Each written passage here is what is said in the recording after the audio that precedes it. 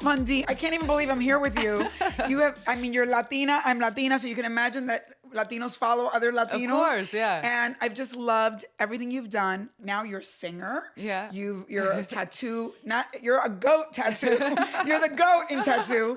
And you also have had my favorite makeup line. I'm like obsessed. And you've just done so many businesses. So I'm just so happy to have you here. Oh, thank you. But what comes up for me with you is, because we're both Latinas and yet we're very American. Yeah. Is, you know that saying, follow your bliss and the money will come? Yeah. Which is very Joseph Campbell. And I think that as Latinas, we also know that's a little bit entitled and true, but not true, because, you follow your bliss. There are many blisses of your life. Yeah. Some make money and some don't. Yeah, yeah. You have followed all your blisses and also you've done parallel lives where you made money in different ways. So super excited to get the whole scoop from you. Sure. So you were born in Mexico, which I don't know if a lot of people know that about you. I don't think a lot of people know that I'm Latina. That you're Latina, man. You're so Latina. And your parents were like Argentinos, and then they moved to Mexico, and then you came from Mexico here. Yeah. I have to ask you, because I left school when I was 15. And you left school very young. You're like my parallel life sister. We're parallel life. And so my parents lost it. Yeah. I know that the Latino parents must have freaking lost it. Yeah. So can you tell us what happened? So I was born in Mexico. I was born in a little pueblito que se llama Montemorelos. Yes, of course. It's right next to Monterrey. So, it's like... Norteña. From the northern part of Mexico. Yeah. And so that's where we were born. But my family is from Argentina. So we were all kind of mixed up. But my parents were missionaries for the church. So my dad was building hospitals in these little towns where there was no access to hospitals, just, doing amazing work. And I'm so grateful for that, because even though, I consider myself a Latina, to me, like, my heart is in Mexico. That's like my motherland. So, and I love Argentina too. I'm not, dismissing that side either. The way that I speak Spanish is a lot more Mexican. I mean, it's mixed, but Well, so many people don't. They think Latinos are all the same. Yeah, and we all have different accents. It's like America, where you have a Southern accent and whatever. Yeah, and so it is a little different. Yeah. So, and then we moved to America in the 80s. I was like, 5 or 6. And then we moved to a little town called Loma Linda, which is... Of course. 2 hours. Where the hospital, the great hospital Yeah, is. exactly. 2 hours, east of LA. And my parents, they weren't Americanized at all, and I, which I loved, and my siblings and I, we led a pretty humble, like, modest life. Went to church every, on the Sabbath. We were Seventh-day Adventists. And so when I started falling into the tattoo world, parents... I don't think people realize Latinos are not into tattoos. No. I mean, now it's a lot more accepted. But back then, no. It's like almost like the only two people that get tattoos are like pandilleros or prostitutes. Yeah, it's prostitutes or these gang members, right? Yeah. So they really see it as... And by the way, I got into the entertainment business, which to them is, in Latin America, if you're in the entertainment, it's prostitution. Yeah. So Latinos don't get it. Yeah. So I can't imagine your parents during this period. And so, but I got into, what happened is I got into punk rock music. And so I think that to me spoke on a very, like, profound level, like, just this feeling of being an outsider. And I've always felt that. I felt that within my own family unit. I never really felt like I fit into a lot of places. And I don't know if part of that is that, like, I am mixed. So it's kind of like, I don't fit in here, I don't fit in there. Like, where do I belong? And then this kind of revolutionary music to me was like embraced all of that. And I loved that. And it wasn't anything having to do with rebelling. It was more about embracing that, like, we're outsiders and that's okay. And so I shaved my head into a mohawk, and I think my parents that was worse than the tattoos, and because for them it's like, how are we going to explain this to the church, And I get it. It was very in your face. And at that time there wasn't, people weren't dyeing their hair. Like, this was not considered acceptable. And so, I gave them, probably a lot of white hairs, but now they've seen, what I've done with my life, and they're very proud of me. But, and I've apologized for the hell that I put them through and stuff, but that's part of having kids, I guess. Yeah, well, when you have kids, you realize it. But I think you're talking about something also very important, that when you come from another place, and you come into this country, and then you're a little bit of Americana, whatever that version of Americana is, and you do feel like weird. Yeah. But in a weird way, it's a building block toward a business because Sure. you also know, you understand differences in people and you Of understand course. desires in people Yeah. and these nuances that maybe, and you can code switch. Yeah, totally. Between a Latino culture and a this and the punk culture. Yeah, yeah. So I that's look at true. that in your trajectory. Yeah, you know? yeah. No, that I code love that. switching. Yeah, I love that. Yeah, that is true. I mean, I've always, when it comes to building a brand or any kind of project that I pour myself into, I really come at it from the perspective of being a fan. I know that things can become corporate and they can become big and mainstream, but at the end of the day, I'm a fan of music. I'm the person that, will stand in line and buy a ticket. I will buy the artwork. And so if I don't want it, why would I make it? And even though what I like might not be what everybody likes, I know that I'm not alone. There's other people that are outsiders that can relate. And so yeah, So how did you go from loving punk and loving tattoos for yourself to turning tattoos into a business for you? Well, so I was 14 when I did my first tattoo, and I did it on. I'm cringing for your parents already. Well, it's crazy because I have a son now and he's 4, and I can't imagine him doing half of the things that I was doing, just like living on my own at such an early age and me too. Running away and moving across the country on a Greyhound bus and smoking You cigarettes. and I are twins. Yeah. I just grew up too fast. So, and I don't think I would necessarily change a lot of things about, my path, but it's interesting. I'm like, man, at 14, I already knew what I wanted to do. And basically my neighborhood punk rock friend had this like homemade tattoo machine. He said, hey, I was painting on like punk rock jackets at the time. And he's like, you're really good. You draw really well. So you're really an artist. Yeah. I mean, I've always been drawing since I was a kid. Or my mom said since I could hold a pencil. So he said, hey, you should tattoo me. And I said, okay. And I didn't know anything about the tattoo industry. I didn't have a point of reference. And I think that was kind of a good thing. Most people go through traditional apprenticeship where somebody that's more experienced shows them how to tattoo. And for me, I had no idea what was bad or what was good. I was just doing it. So then it's kind of liberating in that sense. But I tracked down the first tattoo I ever did to photograph it when I came out with my first book. And oh my God, it was like the art was there, the heart was there, but the skill and technique, the equipment was not there, So poor person that got that tattoo. Yeah, but it also too, I mean. Now he has a Kat Von D tattoo. Yeah, the original, yeah. Mm-hmm. So then I got into my first tattoo shop when I was 16, and that's kind of when I had to unlearn a lot of whatever, ghetto habits that I picked up along the way. And it was kind of refreshing to be around like bikers who really, it wasn't about a business. It was like we lived for this art. It's like, yes, it's a profession. Yes, it's a job, a means to the end, but that's not why we do it, And it's like, we don't do it because we have to. We do it because we need to, It's like in you. And I think that's like such an exciting thing. And I don't like to use the word blessing because it's like so contrived sometimes. But I really feel blessed that I got to know at an early age what I wanted to do. So then I went to school. I went to junior high, and then I went to my first 2 weeks of high school, my freshman year. And then I already knew I wanted to do this for the rest of my life. So I just dropped out, and much to my parents' dismay, and then dedicated myself to tattooing. And so in that period that you dedicate yourself, because there's one thing of, loving something and then mastering it. Yeah. So how long did it take you to really feel like grounded in that mastery? I would say a little bit less than 10 years. See? Yeah. I've been hearing that a lot from people. Yeah. I mean, for me, I didn't make money for 10 years and then it all... I made money. I made money the whole way. But I'm saying that I remember the point where I was like, this is becoming second nature. Right. Where it wasn't like, in the beginning I would do tattoos and I'm like, I'm doing a good job, but I could do better.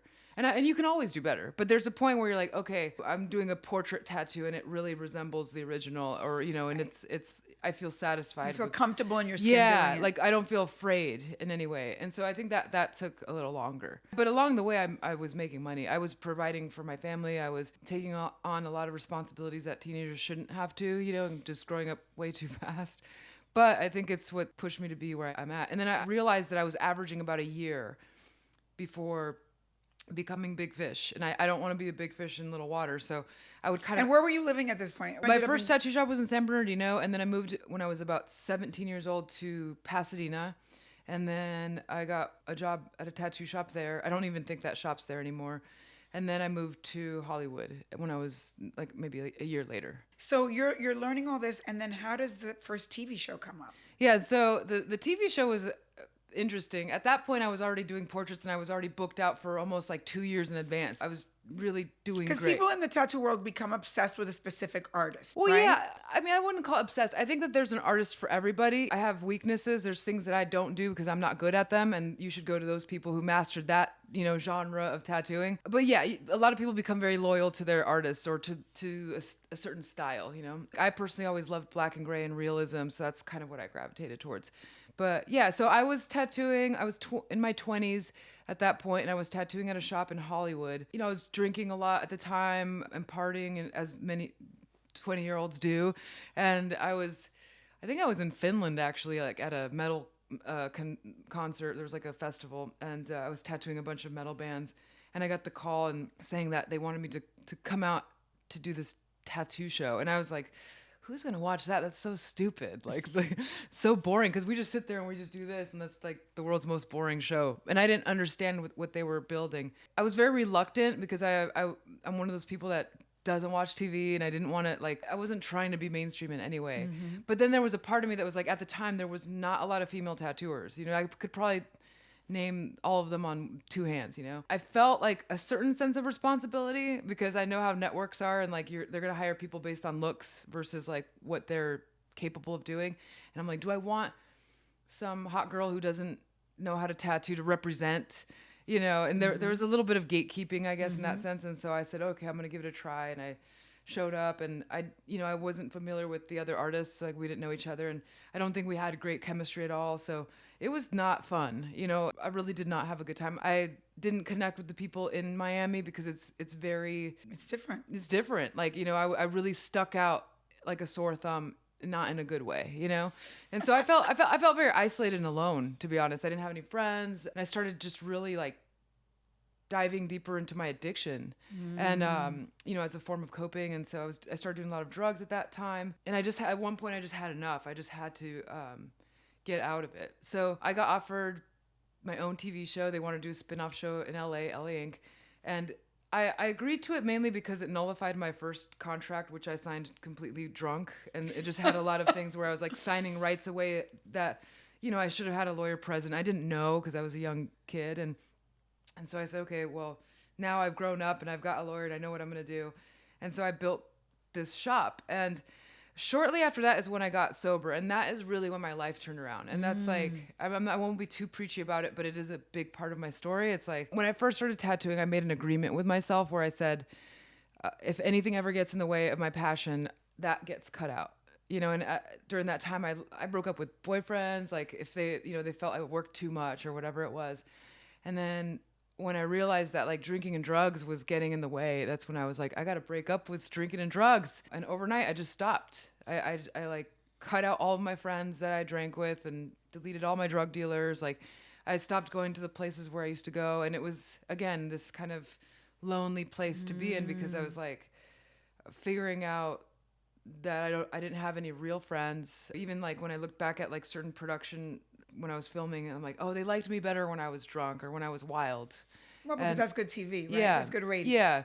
And now I like, when people are like, oh, I watched LA Inc. I'm like, ugh. Like I get like a little bit cringy because, I've grown up a lot. I'm 40 now. So it's like I was in my 20s and 30s during that time. So I like myself a lot better now than I was then. But I was really grateful for the opportunity to be on TV because I'm not afraid of documenting things. I think documenting things is amazing. I'm like a really crazy obsessive archiver, so I archive everything. Like I own the first 5 things, like the first 5 of everything I've ever made, and we have everything like neatly archived, and I have every line drawing for every tattoo I've ever done. So to me, documenting my life for that decade was amazing. I think that's a really interesting point. I've spent a lot of time at the Library of Congress, and I noticed the common denominator between successful people is they keep their archive. Yeah. It's so interesting. George Washington and Lincoln kept everything in their life. And I think that's just something interesting to hear from you. Yeah. It's true. It's almost like yeah, that you're going to need it. Yeah, or I don't know why. It's like I think at the time I was like, I'm never gonna have kids. I'm married to my job and all that stuff. And I thought like I'm not passing this down to anybody, but is this like a legacy? Is this like my mark, you know? And to a certain degree. And also I get emotionally attached to like, you know, Your nostalgia. Yeah. So it's like, I like seeing the growth. Like I have like the first drawings from when I was a child up until now. And it's like, wow, like I got better. And that's like something to be proud of. Of course. You know? But it's interesting because you do a TV show, and no matter what we say, let's be honest, Yeah. a TV show is a commercial for your brand. Yeah, of course. And it does create a whole other parallel track for Yeah. you, business wise, that you could never have scaled Yeah. to the degree that you scaled it. So can we talk a little bit about Sure. that? And I think like I will say that like times have changed since I've been on TV. Like I don't think people watch TV the same way they did as back then. So back then, I mean, we were competing with like shows like Sopranos and like, you know, scripted like great programming. And then my heart really just kind of broke up with television once it turned into reality. Right. Because we were like a docu-series at first. It was like more documenting the tattoos and the stories behind them.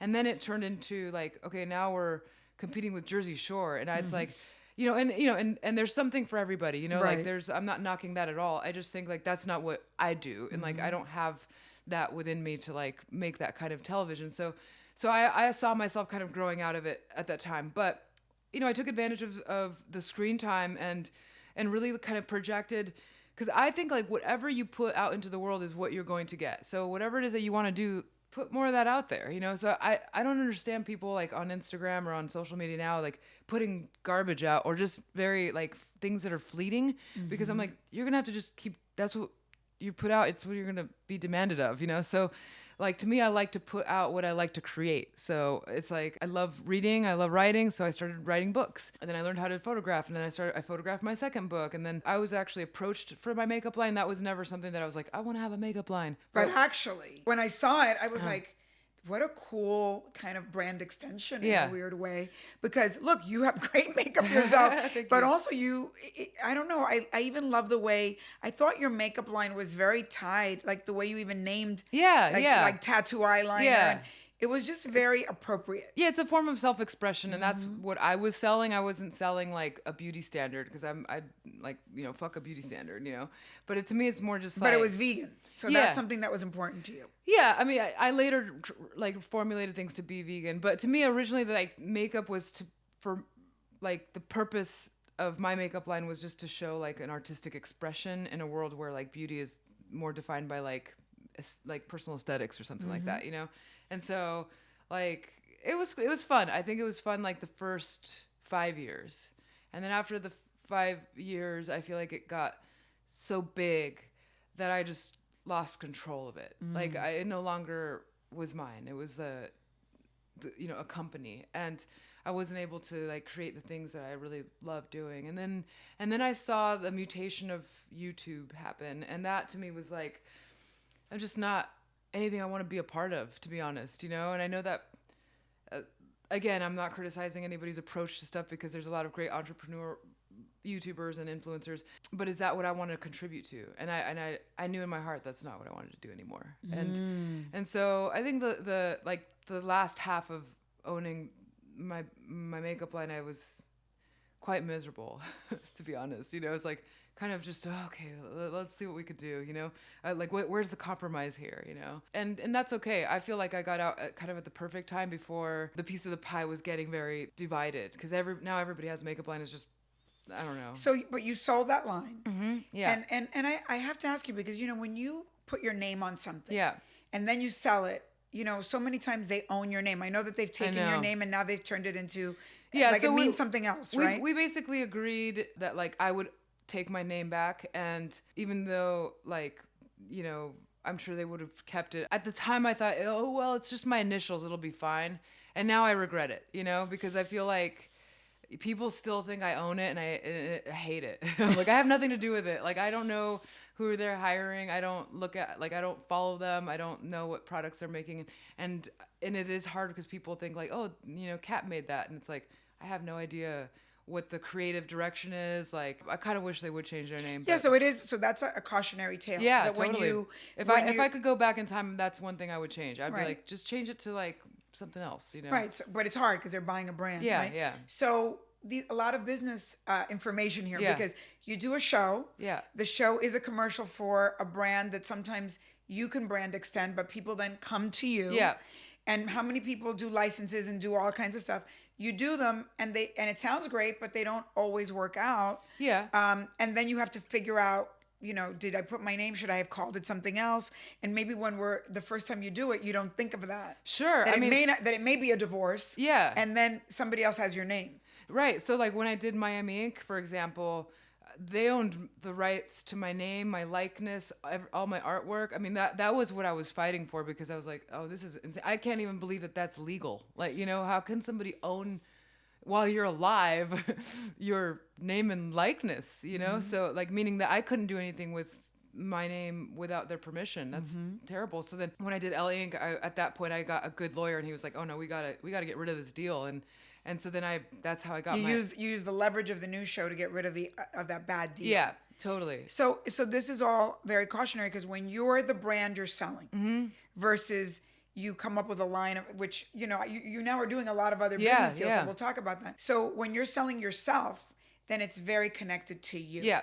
And if something goes wrong and it's a divorce in business, they own you. Yeah. And that's happened to a lot of designers, a lot of people. And then the other part of it that like, to me, the maybe the more emotionally important part is that when something fails, nobody knows, the whole story. The Wizard of Oz that's actually running things. You have to deal with that. And it's like, it could be, based on, like, if the makeup line were to fail now, people would think it's me, and it's not, So it's just one of those things where it's like, oh, like, but at the same time, I think, like, you pick your battles. Like, I'm not gonna, Well, entrepreneurs. I mean, you think of yourself, I see, as an artist, but you're really an artist and an entrepreneur. And I think that when you're an entrepreneur, the entrepreneur part of you has to make mistakes. I've made a million mistakes. Oh yeah. I have failed. Yeah. I tell everybody I have failed more than I've succeeded. Yeah. She said, you only have to succeed 2 or 3 times, and Yeah. that's all people remember. Yeah, of course. But you have to fail to learn to go to the next level. Totally. So with all of these lessons, and I know, Yeah. and I also love it because you've talked a lot about, your entrepreneurial life and also buying homes and all kinds of stuff. Where did you go after this whole makeup thing? Because I know you're doing your own businesses. Yeah, so I mean, the makeup stuff started just consuming my whole life. We were based out of San Francisco, so I was flying out there sometimes twice a week. I mean, it was like just, I didn't really have a life outside of it. And when I wasn't working on production, I would have to constantly making content and then traveling the world as we opened up throughout the world. And it's like, I didn't have a life outside of that. And my first and foremost... Were you still tattooing at that point? Yeah, I was balancing it whenever I was in town. But I haven't done tattoos for money in it's been over a decade now. Mm-hmm. Like, I only tattoo my friends and people, like my friends' friends. And it's more of a gift that I do. I don't depend on that. And my first and foremost passion in life has always been music. I started playing piano when I was 5 years old. I was a classically trained pianist, and music influences everything I've ever done. And I had been working on an album for about 10 years prior to releasing it, I think 2 years ago or a year ago. So when I sold my makeup line, I said, hey, like, I really want to tour. I want to make this my next focus. And the only way I'm going to do that is going to be compartmentalizing and choosing. Like, you cannot do it all. Like, you can, it just won't be good. Well, and that's why I said follow your bliss, maybe in Spanish, we're saying en épocas, right? In periods of your life. Yeah, they run out of courses, Right. And so, and then this was a perfect time for me. So I did that. And then I have a shoe line too that I learned so much from the makeup. Yeah, just from production. And it's interesting because now we're at a little bit of a tipping point where it's like, okay, we were a baby brand and now we're starting to grow. And I'm like, I still want to keep you small because it's nice to be in control of all of that. And and I'm a little traumatized with, other experiences. So it's like, but it's a good thing. It's a good thing to be able to do that and grow things that they do stand up on their own. And, we'll see how that goes as well.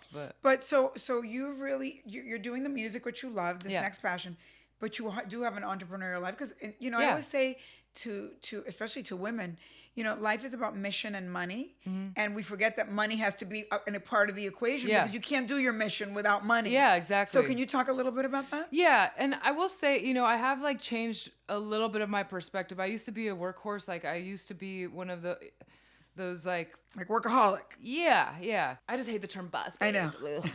but I used to be like, oh, that's so cool, And now after I got married and had a kid, I realized that stay-at-home moms, I have a little bit of an envy to that. The idea of making your empire be your family is like a really enticing thing for me. It doesn't mean that I have to like let go of what I do, because I do think you can do both. But my goal now is to be able to divide it at least, Well, I think also coming from our background as immigrant kids, I think when you spend so much time also taking care of your family, which I don't think people realize, and you are so motivated to succeed, and maybe you don't even know why. But it's because your parents have gone through so much. And then it kind of catches up with you, where you go, I am the money maker. That's why the show's called Money Maker, because I was the money maker of my family, right? That you are the money maker, and that maybe you also need to take a break and give yourself some space, right? I think so. I mean, part of it is that I think I have no problem admitting that I've gotten something wrong, and there's been many times in my life that I've gotten things very wrong. But I think in this case, I used to like make fun of domestication and maybe because it wasn't cool to you, and now it's very cool. Because I saw my mom was a stay-at-home mom, and my dad was like. Also, my parents' marriage was not a good example of what I want, to be honest. And they're not even together anymore. My mom stayed at home with us. She had no life outside of us. My dad was away working most of the time. And it was just like, I don't know. It's just not what I want for my family. And my husband's so on board with the same thing. He's a musician as well, and he's an artist. And we do feel like lucky that we're able to stay at home as much as we do with our son. But I want to homeschool my son. I want to live on a homestead. I know earlier today we were talking about moving and everything, and I've lived in Hollywood a majority of my life, and I love California. I love the weather, I love the dirt, I love my friends here. What happened that you decided to pick up and leave? I think I want to give my son similar upbringing that I had when I lived in Mexico. Even though I was only there up until I was 6, there was a feeling of simplicity, modesty, and nature. So there wasn't all these complications of life. And now in this day and age is even more. And I fear that it's going to be a lot of work to go against the grain of what is normal now. I think what we have as normal is not good. I think there's great things about social media, but I think there's terrible things about it, especially with children. And this is obviously my own perspective. Some people were like, I love giving my baby an iPad. That's fine. We don't do that. Our goal is to go to age 15 without a smartphone, and if I can do that, that'll be great, So it's funny, you're almost becoming more traditional. Yeah. So basically I found this, basically the same, not same, a similar house as the one we're in right now, because I like a lot of the Victorian architecture, and it's in the middle of nowhere in Indiana. Even my friends in Indiana have never heard of this place, and it's a town with a population of 10,000 people. It's right on the Ohio River, and the house is on 14 acres of land, and we're gonna build a lake and have chickens. And you probably bought it for a lot less money than in LA. Oh yeah, it's insane. I don't know. I think, and also. I think but I'll tell you really quick, what was the most appealing thing to me when we went there, because I remember seeing this house that I loved for the longest time. It was on the Historical Homes of America listing, and I thought, well, it was a bed and breakfast for 10 or 20 years, but now it's on the market. Let's just go and see it. If we And you were just looking? Yeah, we weren't even looking for a house. I just said, this house is on the market. I don't know anything about this place. Let's just go, to my husband. And we bought a plane ticket, went there, and we just, I don't know how to describe it other than we drove up to this majestic house on a hill, and we loved it. And at nighttime, we walked around the little town, and what I loved was that in every little house, there was a light on in the dining room, and families were seated at the dining table. And I was like, this is my childhood. We sat down, we prayed before we ate, and we unwrapped our day together as a family, whether we liked it or not. That was what we did. And I'm like, I want that for my son. And then I live in Hancock Park right now, and it's you walk around and there's none of that. And it's I know I'm generalizing. Obviously, some people have that, and a lot of people don't. But I don't see that here. And it's over there, it's just very working class people, very simple. And I love that. They don't give a shit who I am. It's awesome. The first time we went there, we went to AJ's Diner. It was this little kind of David Lynchy looking greasy spoon place. And the lady was just oh, are you the lady that bought the house? And I'm like, yeah. Like, I'm like, how'd you know? And she's like, I don't know. You have black hair. Like, you know, it's just like, they don't care about you, you know? And I love that. They care about you as a neighbor. You know, they'll bring you over a loaf of bread and then leave it at your doorstep. But do you think it's also that we're craving home? Yes. That feeling of home? Yes. And I think I've lived in Hancock Park for 7 years and I don't know my neighbors. That's right. Well, it's because you come from a country where there's a sense of home. Yeah. And sometimes when we come here, we feel like we don't fit anywhere. No. Right? So you're trying to recreate that. But also, I think going back to young people and talking about money, everybody wants to go to New York, LA, all this. You don't realize like there's many places to go live that are still small towns that you can actually buy a house for cheap and actually own it for 20 years and retire off of that house or whatever. And we're forgetting to talk about that. And everybody just wants to go to LA to be, you know, and be famous and be an influencer or be on social media.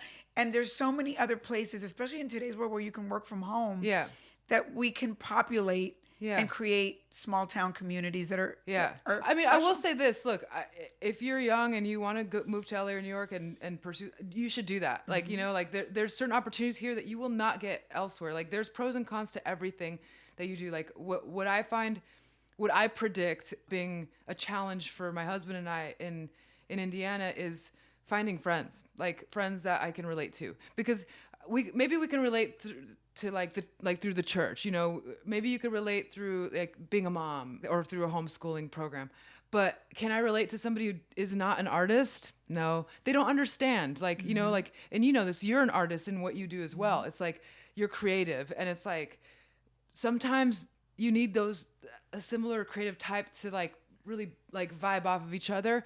And over there, I don't know if they could understand. Well, and people that have had challenges that you've had that are different. Like all of our friends here, you know, we're all in bands and we like write poetry and like things that like most people might not really, they think it's weird, you know? But the thing is though, whatever, we can always fly back here and we can fly our friends out there and it's fine. And who knows, maybe we find our own little groove somewhere. And I think as long as we have each other, that's the most important part. So what would be like for young people, what would be the 3 things that you would say to them that you've learned in this kind of mission and money life and really following your bliss and also evolving? It sounds like your bliss has changed, right? Yeah. And what you focused on has changed. And how do you kind of track that trajectory? You know, I think the whole follow your bliss thing, like I was reading something the other day about like to choose wisely what your dream is, you know, because a lot of times you shouldn't follow your dreams. Like a lot of people are like, oh no, you should. And well, that's why I question that. Yeah, I think like some stuff is like not realistic. And like, do you really want to waste your time doing like, look, I have like a few friends that I love dearly and they're not good at certain things. So the skills that you have like if I try to do comedy today, like I think I'm funny sometimes, but I'm not a comedian. Like being a comedian is like really fucking hard. Like to do it right. I have funny friends that try it and they suck. Like they go up there and it's just like the delivery, like, you know, the storytelling isn't there.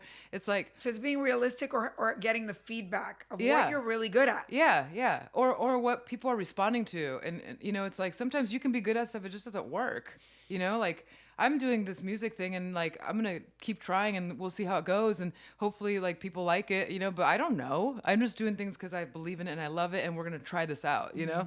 But I think sometimes it's okay to say, hey, maybe this isn't working out, you know, like whether it's a restaurant business or a, you know, acting or whatever it is. I mean, all those things are very, I think, in my opinion, difficult to do, you know? All of them. So yeah, so sometimes there's other practical things that are equally important, you know, like I was telling my husband, I'm like, man, I'm useless if I'm not creating art, you know, when I think about it. Like that's good. That's a pull for you. Yeah, but that's like scary, like because, you know, it might not have as long of a lifeline as like somebody who has an actual trade, you know, like I don't know how to frame a house. And that's why I think like lately people knock like stay-at-home moms. And I think that is an amazing job to have. Like if you can do that, that's so cool. And if you find the right partner to do that and have a little nuclear family, that is such a beautiful balance too. For me, I need to have both worlds. Like I can't just be a stay-at-home mom. I have to create. Like I think even my husband says like you'd be so miserable if that's all you did, you know? I'm like, yeah, it's true. I need But I think what you're saying too is that the things that you do that succeed or make you money are not always forever. Like if you're a Yeah. professional athlete, Yeah. that's not going to be forever, right? Like So, influencers, like I wonder what does that look like in 10 years? yeah, that's right. So you have to cultivate Like I other have things. friends who are strippers. Like there's a very like short Fine line. lifestyle. Yeah, you don't see in your 50s. 60-year-old No. stripper, no. No. So you do have to kind of cultivate both sides, is what you're Sure, saying. yeah. Because And that's why sometimes like I tend to like when I look at some people that become famous and famous that's like, kind of an exaggeration when they become well known. yeah, like on the internet for let's say talking shit. Like that to me I'm like I don't really respect it. Like, oh, you're entertaining right now, but like what are you bringing to the table? Like in the long run, like how is this helping people? How is it bringing a positive thing into the world? Like no, you're just like talking trash and that's not going to last you forever. I mean, there's plenty of examples of that just not surpassing the test of time, And that's why it's like, yeah, do you want to be an influencer? But like, do you want to like show people the world? Do you want to show your talents or whatever it is? Like, I think that's cool. That's cool. But if you're just like showing like overly sexualized like shots of you in unattainable like hotels and Well, a lot of people are spas, making a lot of money at that. Yeah. And then you wonder, for how how are you going long? to sustain Yeah. that? Yeah. On the other hand, we can all evolve and switch gears. Sure. But, Totally. I agree but with that. do we switch gears in what we're good at versus something we may love but isn't really where our gifts lie? And Yeah. And that's the question. Yeah. And also, you're very lucky Yeah. that you love something and you've known it early. Yeah, totally. And that also you had that platform that scaled it for you. Yeah, Good or bad. totally. That's the other thing, that life is one thing that it's very clear to me to hear from you is life is also about timing. Right? If you land in the right place at the right time, and then maybe the media changes and we don't like or we don't want to do Yeah. it or whatever. And today that world is based on TikTok Yeah. and sort of short form media, and people do even quicker, faster Sure. stuff, but they're monetizing it. So it's a business Yeah. now. Will it be a Totally. business in 10 years? We don't know. No, yeah. I mean, now that you say it, I think like what would I be doing if I, let's say, didn't have a TV show? I would be, I think, a successful tattooer.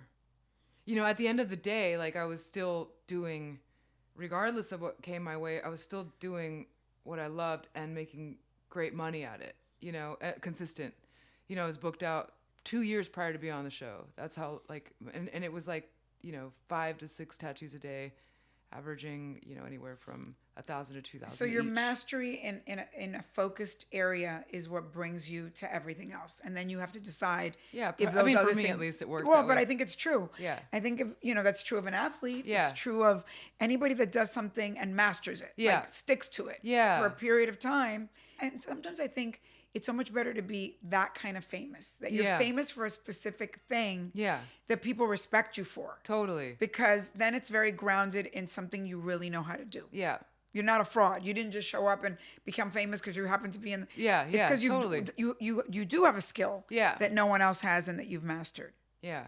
No, I agree with that for sure. But it's the finding that for people that's not so easy. Yeah. Finding that passion that's not so easy. I mean, could people be happy with just doing something that's like beneficial? I mean, and I think it could. yeah.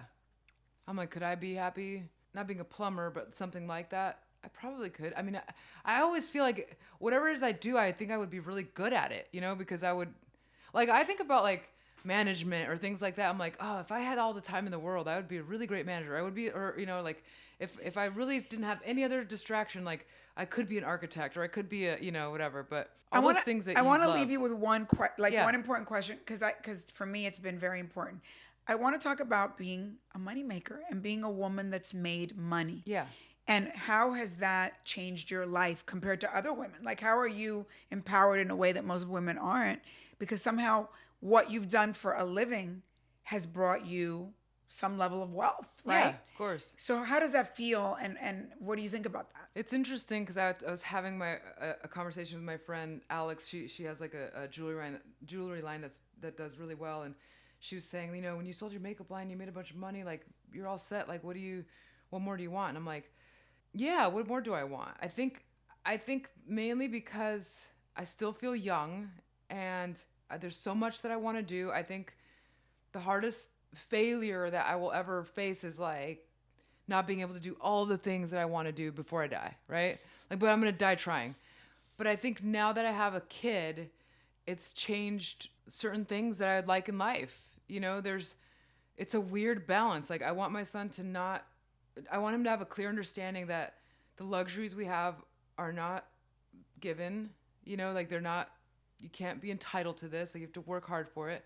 But then I also want to have the means to be able to have him in whatever classes and extracurricular he wants to do.